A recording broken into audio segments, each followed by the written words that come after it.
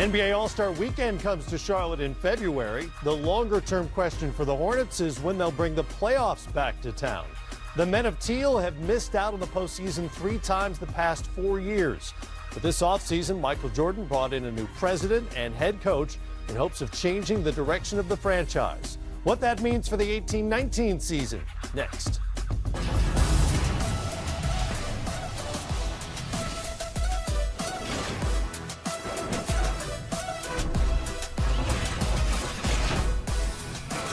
Welcome, everybody, to this 10 Points team preview on the Charlotte Hornets, which you'll need to know to be in the know as the season begins. Here with Drew Gooden and Greg Anthony, I'm Matt Weiner. Thanks for being there. There are new sheriffs in town in Charlotte. The Hornets hired longtime Lakers executive Mitch Kupchak as team president, and Spurs assistant James Borrego is the new head coach. Borrego is one reason why Tony Parker, after 17 years in silver and black, is now a Hornet. I think we have to start from scratch. We have to do a whole new culture here. MJ decided to change everything. All the strength coach, medical, everything changed. All the coaches.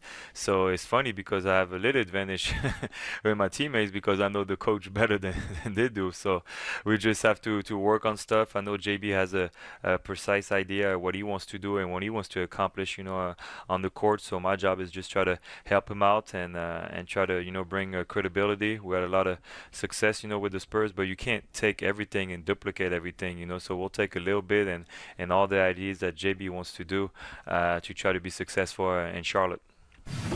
So weird seeing Tony Parker in teal. Get him a bigger jersey, too. That jersey looking a little too small. They can work on that. They can work on it. Custom fit. Borrego replaced Steve Clifford there. What can he and Kupchak do to set this franchise out on the right path now? Ooh, that's a good question. I think first and foremost, we got to find out, is Kemba Walker going to be a part of the solution, or is he viewed as part of the problem? Is he going to be a part of the long-term plans of the organization? I think that's a big ask. I mean, you did go bring Tony Parker in, and you gave him a decent contract. So Coach Borrego, obviously with that relationship with Tony, I would assume he's going to play some if healthy. And I do think that Kemba's proven to be their best player. He's by far. And they've made a lot of personnel decisions that have gone poorly over the last several years, vis-a-vis the draft in particular. And it set this franchise back. So moving forward now with Mitch Kupchak coming over from the Lakers, I'd be interested to see what they're going to prioritize first in terms of whether they want to try to move on from some of these draft picks, or are they going to try to develop some of these guys by bringing in a guy like Borrego and see what they can get out of him. Yeah, I think with the moves MJ has made, I think it's just a sign of changing the culture around there.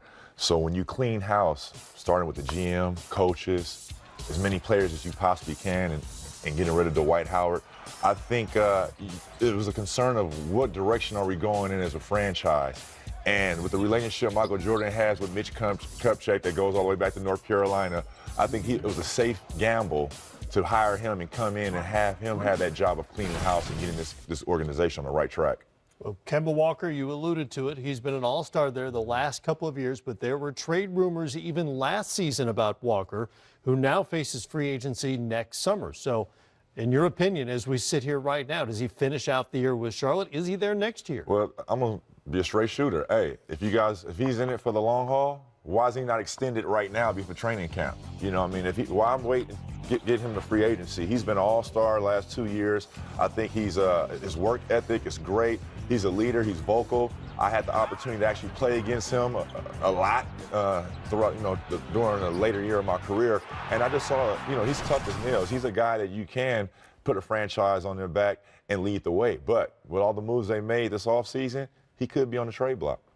Yeah, it's going to be tough because I don't know that they necessarily want to trade him, but I think because they've made so many bad moves and signed some bad contracts. Cap situation is not great. It puts them in a bit of a pickle because I don't know that they have a lot of assets that are tradable. You got to hope that something happens positively this year with the development of Malik Monk. Does Frank Kaminsky, can he take another step? Will we ever see anything more out of Michael Kidd-Gilchrist? Cody Zeller. Cody healthier Zeller. this year, hopefully. Nicholas Batum, who they gave a boatload of money. Can he somehow live up to that contract? So I think when you look at the totality of all the things they've done, it's put them in a situation where they now may have to part ways with their best player, smack dab in the middle of his prime, in order to have a chance to not rebuild, to start a rebuild. Right. You know, to start to build, I should say, because right now, man, they have a lot of concerns. I don't look at this as being an overly talented roster, one that's going to be in a position to contend in that Eastern Conference in the near term. Well, believe it or not, Kemba Walker is their 6th highest paid player on that roster. Number 1 on that list is Batum, who is in the 3rd year of a 5-year, $120 million deal. And not to pick on him, he's a good player, but hasn't necessarily been that kind of a player for the Hornets. What do they need out of Batum if this is going to be a team that surprises folks and reaches the playoffs? I think what they need is a sense of urgency from Batum. I think once he got the big contract, it was almost like he went on cruise control. But then you kind of look at his body of work that he did in Portland. I mean, he was the same player. You know, he had good players around him, but he fit in. He was the right piece of the intangible piece, the X factor piece, that he didn't really have any pressure to score the ball. If he scored 20, it was a plus. If he scored 10, it was a plus. But now with that bag in Charlotte, in Charlotte, he has to come with it, and he ain't came with it yet. Well, the problem is, I think he is what he is. It's just you paid him to be something else. Right. You know, you paid him to be an all-star caliber player, and I don't know that that's the makeup of him from a talent standpoint. He's a really good player. He's a complimentary player. But you need to have 2 guys who are, in essence, stars or superstars for him to play with in order to really, I think, get the most out of what he brings to the table. You know, he's never averaged more than 14 points a game. It's not like he's going to be a big-time scorer. Right. You know, he's going to get you 3-4 rebounds. He's going to get 4 or 5 assists. He's going to play solid basketball. Right. But you're not going to win because of him. You can win with him, but you're not going to win because of him, and that's part of their problem. They don't have enough guys you win because of. They got one in Kemba Walker, and it's going to be interesting to see what direction they go in moving forward when you look at that roster. Well, Batum has always been sort of a Swiss Army knife kind of guy, even though he's French. But their second leading returning scorer at this point, with Dwight Howard no longer on the roster, is Jeremy Lamb, believe it or not, under 13 points a game. Scoring may not be Batum's primary skill, but will they need more scoring out of him this year?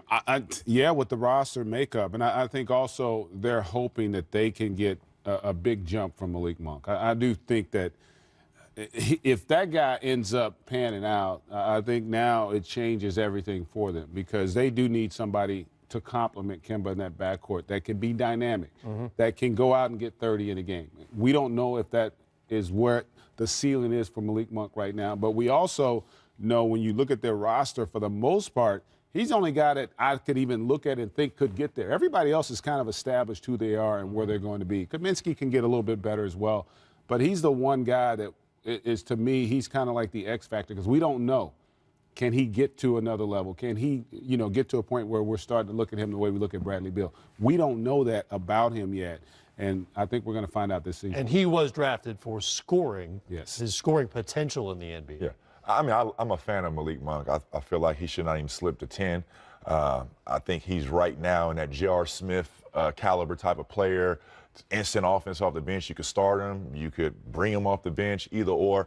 I still think he's unproven to do it on a consistent basis. But I think he'll have the opportunity this year. Michael Jordan loves him a lot. Mitch Kupchak, it wasn't his draft, but he's willing to work with other draft picks. And I think the great problem that the Hornets have is basically their second unit is a starting unit. Willie Herron-Gomez, Frank Kaminsky, Michael Kidd-Gilchrist, Malik Monk, Tony Parker, that was a starter as a Hall of Famer, coming off the bench. So they have great problems, and they're deep, but we just don't know what we're going to get out of them. I'm hearing more questions than answers at this Yes. Yeah. All right, we've got a lot more questions as well to get to on the Hornets on the other side. We'll hear from Kemba on what's ahead this season.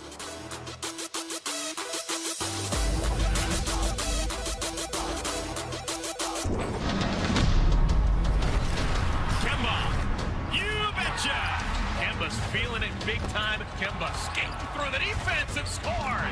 Look at Kemba Walker. Oh, yeah, again. Entry pass denied by Kemba. Oh, Kemba.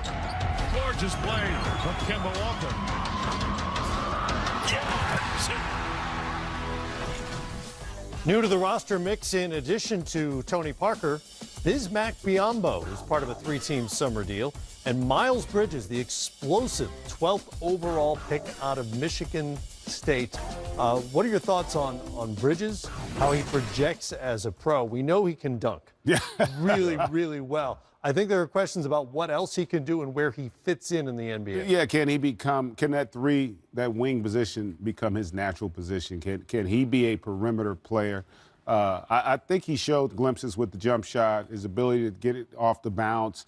Can he defend that position? I mean, he's going to also, we talked about Malik Monk earlier, but, he's another guy that if he's in the rotation, that's a positive sign. Because remember, in a lot of ways, Malik Monk wasn't in the rotation last year. So if you're going to get a lottery pick, you want him to at least be in the rotation. That gives you a chance. And I think if he shows enough in training camp and finds himself in that position, that's a positive for this organization. I think just being a lottery pick, you never want to go to an organization where you're the third option off the bench behind Batum, behind Michael Kidd-Gilchrist, who are already proven. So therefore, right now, his antennas are up where he's going to have to work, maybe have to play some time at the four. And the way the league is going, I could see him surviving at the four, playing some stretch four at times. But like you said, you are who you can guard. So if he can show signs of playing defense on the perimeter and down low, he'll find and earn some minutes out there on the floor. And one thing to mention about him, too, the advantage he has as a young player, when I go in there and I see Nicholas Batum and I see Michael Kidd-Gilchrist, yeah, they're really good players. But they ain't now one of them ever got 20 a night in the game. Like, if I can go in and score that position consistently, I'm going to have a chance to get minutes. So he's thinking that way, or should be, as a young player who's, he's been a top-tier guy his entire life. And if he has that confidence, he's going to have a chance. Well, for the time being, the scoring begins with Kemba Walker. He recently spoke with Ro Parrish about the season ahead. You have a brand new teammate in Tony Parker, who spent years in San Antonio. How's the interaction been between you so far, and what are you looking forward to learning from him this season? The interaction has been A1, man. We get along really well. We actually talk a lot. As far as me learning from him, I mean, anything he has to offer. For the most part, I think I want to learn, just how he manages to be really efficient, with his in-between game, finishing at the basket and, his little runners and floaters and things of that nature. So I think I'm going to be picking his brain on that a lot. Now, you talked about the runners. Of course, those are legendary. He did that when he was in San Antonio, winning championships. James Borrego also comes over, who's the new head coach. What has he established so far as the team's new identity? I think for the most part, he established a very healthy, talkative culture. He wants us to interact more, communicate more, which is, of course, important in the game of basketball. You have to be, you have to communicate with your teammates, and I think that's something that he really established early, and I'm really excited about that. I think last year that's what we lacked. We didn't communicate enough. So this year, I think a lot of the focus is going to be on our communication and our camaraderie. So being a winner, you're going to have definite contributions. Now, Miles Bridges, that's your lottery pick. He comes in. He was impressive in Summer League. What have you seen from him so far that impresses you, and do you think he'll be able to contribute as a rookie? I think so. I'm a big fan. The thing that impresses me the most is his work ethic. Every time I come to the gym, he's here. He's getting his work, especially for a young guy. You know what I mean? And another thing is, when you tell him something, he immediately tries to do it, tries to add it to his game, and I think that's really impressive. You need young guys who wants to learn, who wants to soak things up, who wants to learn from older guys, and he's one of those young guys, and that's what's really impressive about him. So we see that LeBron has gone west. It appears to everybody that the Eastern Conference is wide open. What is it going to take for the Hornets to get back into that top 8 and make the playoffs? Yeah, we got to be consistent. We got to be consistent, man. Every night, you know, we have to know who we are. If we're losing, you know, we have to remain the same. If we're winning, we have to remain the same. And I think that's where TP comes in this year for us. You know, his leadership. You know, he's the vet. He's the oldest guy on that team, and he knows what it takes to win in this league. And you know, we're gonna be leaning on that man a lot. So, you know, I'm looking forward to learning from him and, you know, see what he has to offer to our team. So you have a new coach, a new general manager. Is there going to be a new contract on the horizon for Kemba Clutch? Is he going to be staying in the Queen City? What's going on? I hope so. I think so as well. So I don't know yet, but you know, gonna go through this season. I'm gonna play my butt off just like I do each and every night. And you know, whenever the time comes, you know, we're gonna get it right. That is the question, isn't it? Coming up, what the Hornets were up to this summer, including trick shots from Jay Triano. Nice. That's nice. That's Canada deep. That's what that is.